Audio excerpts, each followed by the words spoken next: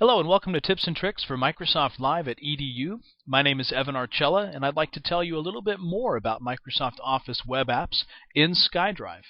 Microsoft Office web apps were introduced as part of the Office 2010 launch. There are 4 versions of web apps: Word, Excel, PowerPoint, and OneNote.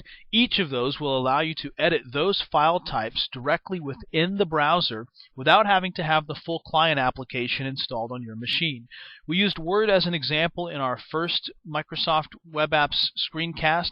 What I'd like to do now is show you a little bit more of that functionality using PowerPoint as an example.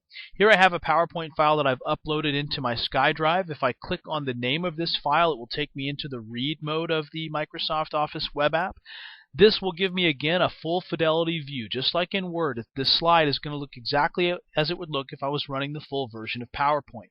From here I can do things like navigate to other slides within the deck. I can look at my slide notes, for example, and I can even launch my slideshow right from here. So if I'm in a classroom, I'm using my teacher's computer to go ahead and get access to my presentation, I can just run it right from here on the classroom projector and be able to walk people through my presentation. Your animations, your transitions are going to work here just like they would have if you were running the full version of PowerPoint. Now if I need to edit this, again I'm going to have to go now into Edit in Browser. That'll take me to the Edit mode.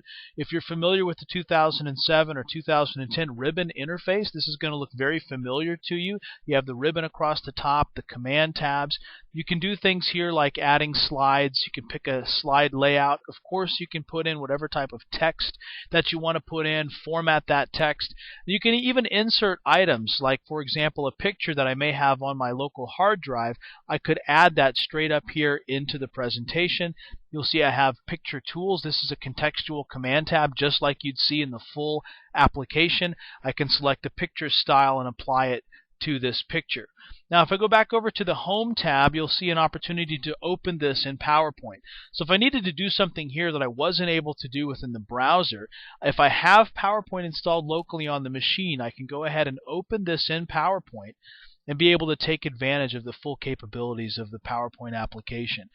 This is an internet-based file, so in PowerPoint 2010, which is what you see here, I have to enable the editing of that document, and then I could simply begin to work on it. Now I'm going to show you just an example of the differences between the web app and the full application. Here's a picture that I've added here. You'll see the Picture Tools command tab at the top. In the web app, you'll notice that I had the picture styles capabilities. But now that I'm in the full application, I have a whole range of tools that I can use to work with this particular image.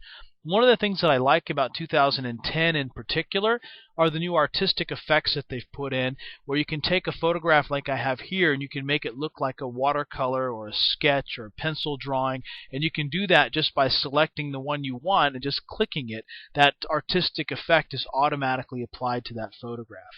What I need to do next is go ahead and save this back out. I'm essentially synchronizing the changes back to the SkyDrive location, and then we can close out of the full application.